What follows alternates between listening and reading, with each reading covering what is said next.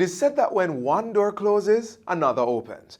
But we often look so long and so regretfully upon the closed door that we don't see the one that has opened for us.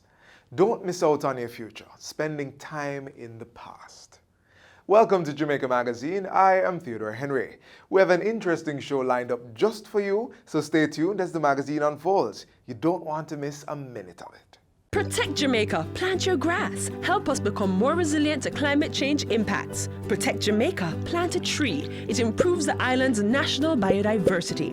Trees may be fruit, ornamental, or timber, but must be native or suitable to the area's natural landscape. Join the Jamaica Million Tree Campaign and help to plant 1 million trees by June 30, 2019. This is a call to action by the National Environment and Planning Agency. Things Jamaica in store: the Heart Trust NTA, the Jamaica Cultural Development Commission, the Premier League Clubs Association. All these are just some of the entities that are the brainchild of former Prime Minister, the late Edward Seaga. Get more facts next.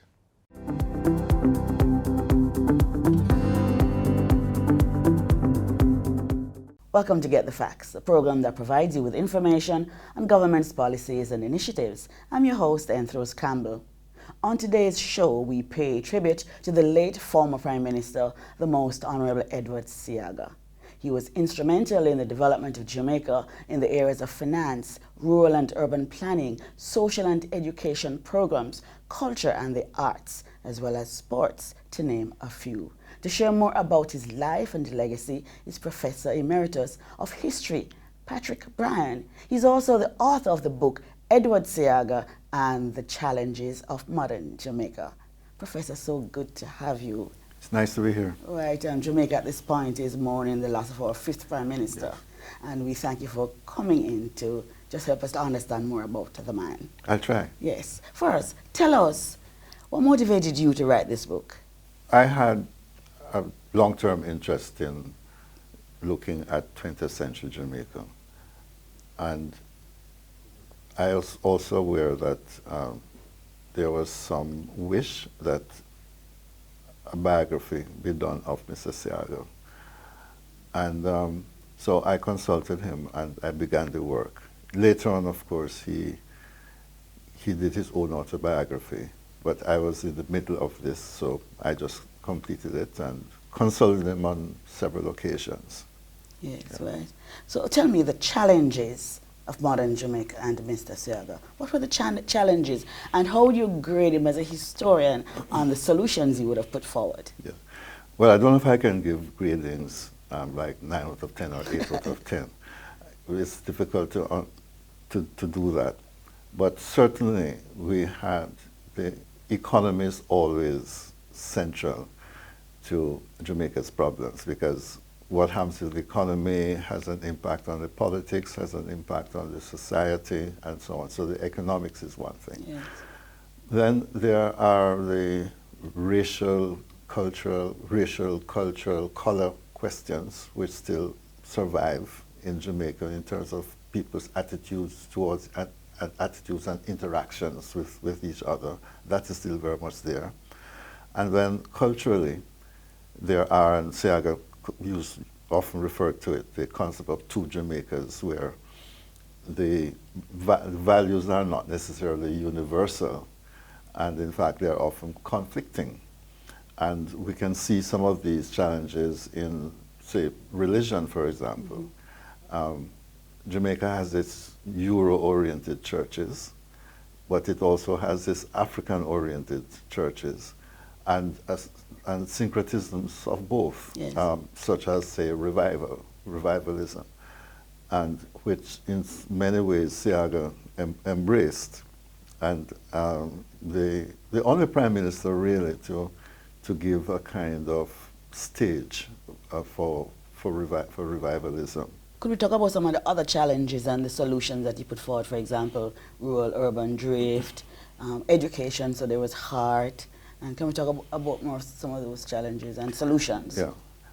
He followed the tradition, which I would say had begun quite clearly in the post-1938 period, of encouraging the expansion of education at the primary, secondary, and to some extent tertiary level, with the university coming to being in 1948.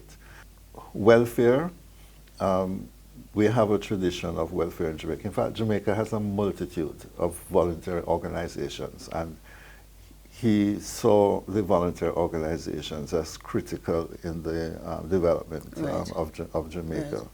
One of the things that he would have done would, like the establishment of HEART, for example, where he looked in particular at, say, high school graduates who didn't have a certificate, how to get them trained in the occupations that business people were demanding, right? Yes, yes. And it was HEART was a very nice combination of social and economic policy. And those courses were free, and they still are today. There are. Many of them. Yes, and no doubt HEART not only does valuable work, but it has been imitated throughout the Caribbean. Right, and UDC, that was created also to address that whole problem of people moving to Kingston. Yeah, UDC was designed clearly to push certain developmental things, and a lot of this was happening. For example, the establishment of New Kingston, and the developments in Ocho Rios, Portmore as a sort of dormitory city. All of these things are things that he pushed. Right. Yeah. Yes. We're going to take a break now, and when we return, we'll have more information on the life and the work of the late former Prime Minister, the Most Honorable Edward Seaga. Stay with us.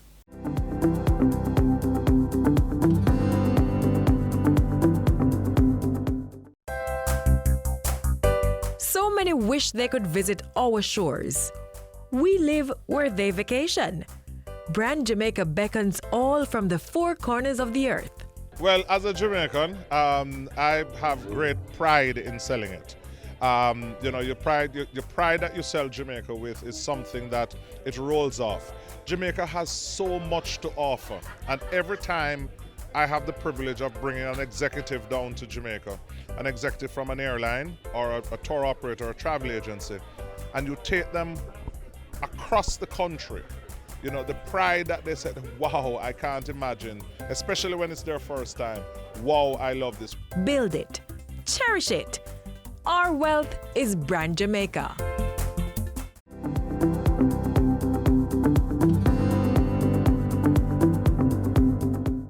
Welcome back to Get the Facts. We continue our discussion with Professor Patrick Bryan in tribute to the Most Honorable Edward Seaga, our late former Prime Minister. Thanks for staying with us. Professor Bryan, let us start now. Let us look at the book. Tell me about that chapter that speaks to the Prime Minister, Edward Seaga, Euphoria. Yes. In that chapter, what I tried to do was to show, in fact, the kind of relief that people seem to have felt that Jamaica was not going the route of communism and so on. And what I record is letters of congratulation to him, especially from evangelicals and Pentecostals, who saw a link between democratic socialism, communism, and liberation theology, and who took the view that personal salvation is really what matters. But the point is that they emphasized this tremendous support that they gave him, and that his anti-communism, which they say was a force against the church, and so on. That's one part of the chapter. The second chapter was actually trying to examine the situation which the Prime Minister faced in 1980 with a deep economic crisis. So the Euphoria is speaking to the people. Yes. Right, yes. It's how people responded to this change in October 1980. Yes.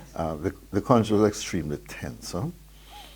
And so in many ways I tried to summarize some of his thoughts about how to proceed and clearly, a good bit of it is how do we mend the relations between Jamaica and the United States? Because he, like most governments, starting from the 60s, took the view, the Bustamante view, that we are with the West. And he was quite unapologetic about it, that Jamaica would have far more to gain by working with the United States than against them.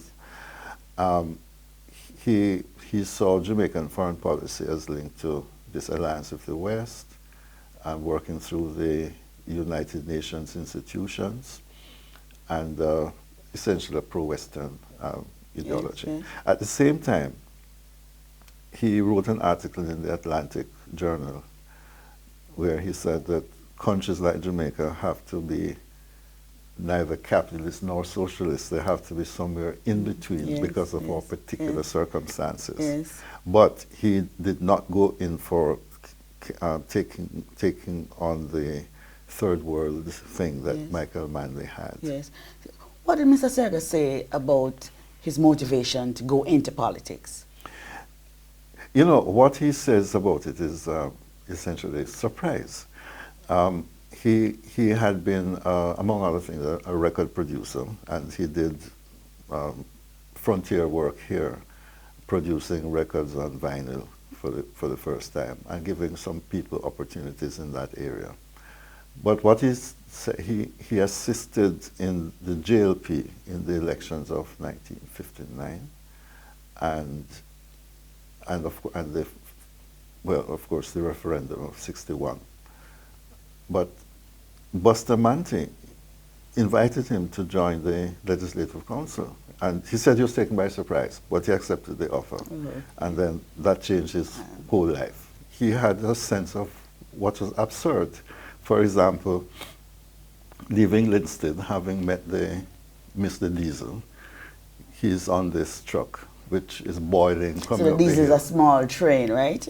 The Diesel is a small train, right? So he had Mr. Diesel and? Yeah, so he takes this truck, which keeps boiling, and after a few yards, the passengers had to come out and push the truck up the hill, and then to be filled with water, fill the radiator and so on. He eventually reaches Stony Hill, where he takes another truck, which is loaded with market people, and he found his way into Kingston, sitting on the laps of a higgler. You know, but in a way, it's an absurd thing, and he recognizes this. And there are lots of signs of a wry humor that Seaga had. So when you met him, was he the same person that you thought he was? Was that how you perceived him? Honestly, I did not know what to expect. Okay. Because you'd hear all this stuff about blood and thunder and that sort of thing. Yes.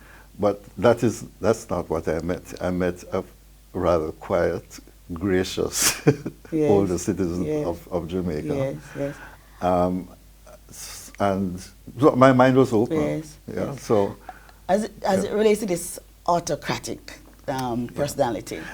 Yeah, we discussed that actually, and he said essentially he isn't. It's just that he likes to get things done, and if people that he has asked to do things fail to do them, well, he'll undertake to get it done himself. And this was the approach he took. Yes. But when we had the strikes and demonstrations in 1985, in a speech to Parliament, he says, well, demonstrations are to be expected in democratic countries. Yes. And when he had the one-party parliament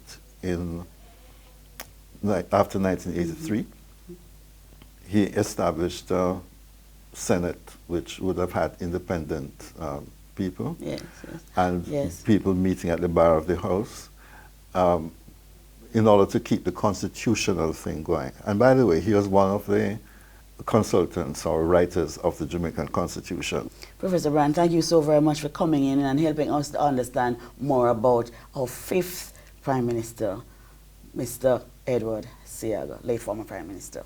This is my pleasure, and I wish we had more time. I do so myself. This has been Get the Facts. Thank you for watching. We've been talking to author of the book, Edward Seaga and the Challenges of Modern Jamaica, Professor Emeritus Patrick Bryan. Thank you so much for watching. Before we go, a reminder, you may sign the condolence book in locations across Jamaica, and the official period of mourning is June 19 to 22. The state funeral is June 23 at the Cathedral of the Most Holy Trinity, starting at noon. There are many other activities, so please check our website. Until next time, I'm Rose Campbell. Take good care.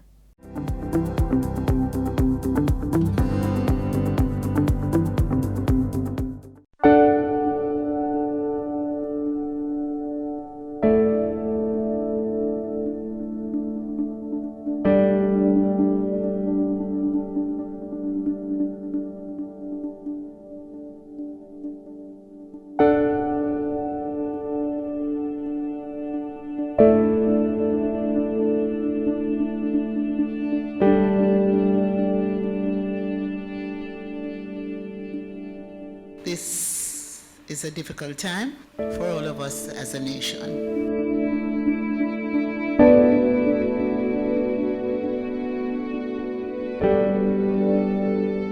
The passing of one of our great sons, the Most Honorable Edward Seaga, who has served us so well, is a time of sadness. It is a moment for reflection which calls us as a nation, as a national family, to come together in celebration for a life that was devoted to outstanding service for building Jamaica and enriching its people. He is being accorded a state funeral. Condolence books have been opened for signing at the following locations: Office of the Prime Minister, the Ministry of Foreign Affairs and Foreign Trade. Condolence books will also be opened at each municipality office in all parish capitals and the House of Parliament. And that will be from 10 a.m. to 3 p.m. And Jamaica's missions overseas. On Monday, June 10, at the Tivoli Gardens Community Center from 10 a.m. to 1 p.m. Also on Tuesday, June 11, at the Denham Town Community Center from 10 a.m. to 1 p.m. On Tuesday, June 18, the Arts in Tribute to the Most Honorable Edward Seaga will be held at the Little Theatre in Kingston, featuring the National Dance Theatre Company, of which he was the last remaining patron. The Jamaica Folk Singers, of which he was instrumental in the formation of the Jamaica Folk Singers. Among the other groups performing will be the Tivoli Dance Company. There'll be spoken tributes and other performances. June 19th to June 22nd will be declared the official period of mourning. Flags to be flown at half-mast. And on that day, his body will lie in state in Kingston at the National Arena. Also, on June 19, there will be a special sitting of both Houses of Parliament in tribute to the Most Honorable Edward Seaga. And the sitting will begin at 2 p.m. The state funeral for the late Most Honorable Edward Seaga will be held on June 23 at the Cathedral of the Most Holy Trinity on North Street. The service will begin at 12 noon. Interment will be at the National Heroes Park.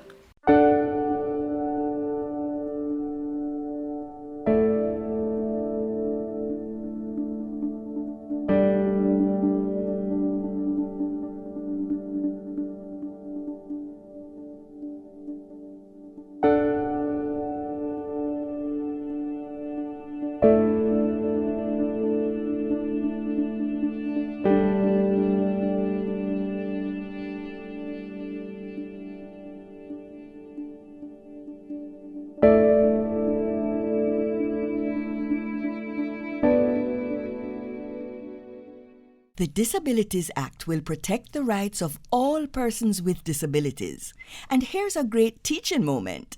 Every person with a disability, like a deaf or hard of hearing child, for example, has the right to an education with accessible facilities and the support they need. In this case, it would be a teacher who can use the language of the deaf, which is sign language. Visit jcpdja.com. A message from the JCPD, an agency of the Ministry of Labour and Social Security. Farmers, if you have any oil kegs lying around or even an iron trolley, then this next feature is something you may want to pay keen attention to, especially if saving money this year on farming equipment is your top priority.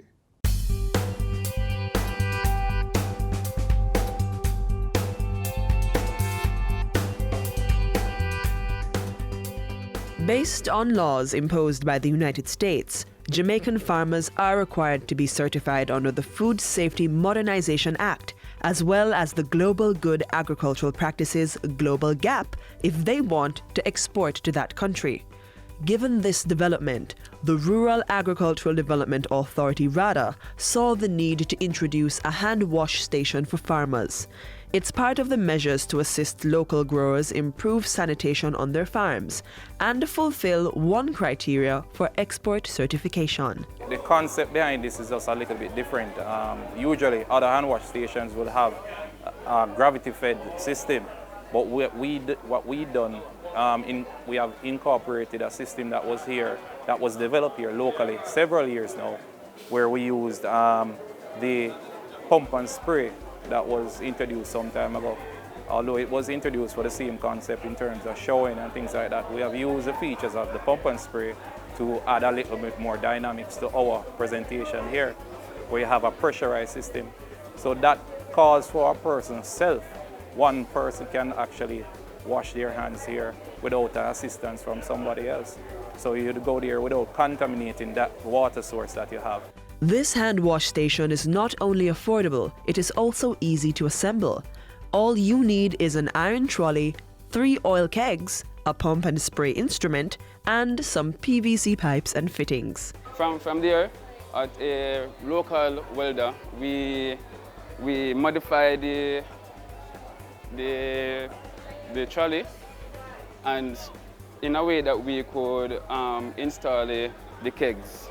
So here we have the trolley, and we weld the handles, so it would be able to hold the keg steadily. And this is a pump and spray that we can get locally. So how it works is that a farmer or anybody who is working in the field would come by the wash station. He would get some soap on his hand, okay, and he would pump. He would pump the system. The system, the pair would pressurize the bottle, and in return, here will displace the water, and the water comes up, and then the farmer would wash. After washing, the farmer wouldn't have to touch anything to contaminate his hands. He would just move over to the hand towel and dry his hands. It was good. I enjoyed doing it. It wasn't hard at all. It was just easy. Just put my foot and pump it.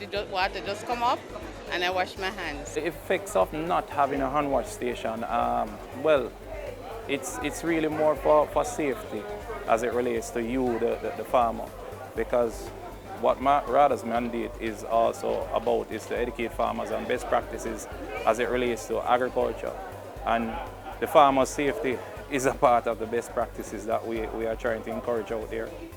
The team also successfully designed a water pump made using a weed hacker, which can fill a 50-gallon drum in 5 minutes. This waka can be used for more than one purpose. So a farmer can have a waka but need a water pump, cannot afford a water pump. Now what the farmer can do is just easily retrofit the waka and a pump, merge them together so that you can have a water pump and a waka. So at times, whenever the farmer needs a waka, we just remove the pump and put on the waka section.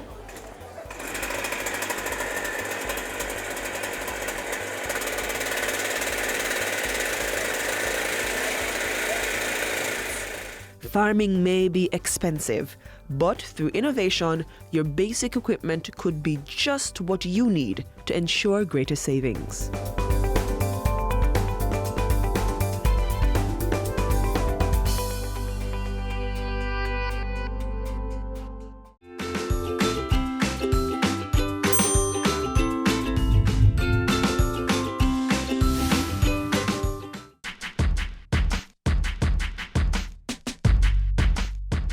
We are now in the hurricane season, which spans from June 1 to November 30 annually.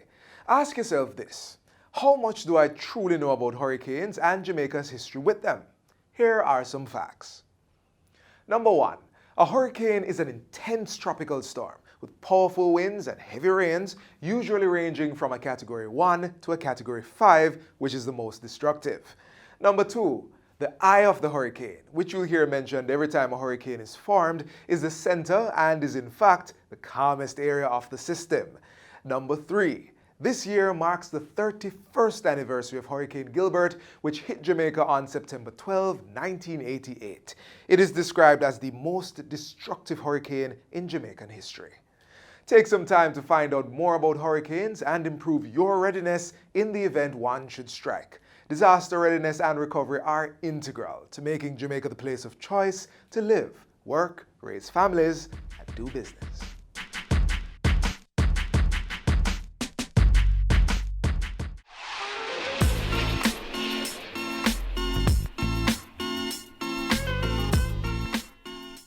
Thanks for watching another edition of Jamaica Magazine. Join us again tomorrow when we'll do this all over again. Send your feedback on today's show to Jamaica Magazine at jis.gov.jm. Also, follow us on our social media pages, that is Instagram, Facebook, and Twitter. Download our app on your Apple and Android devices. You can also visit our website at jis.gov.jm for more information. On behalf of the entire production crew, I'm Theodore Henry. Thanks for watching. This has been a production of the Jamaica Information Service, the voice of Jamaica.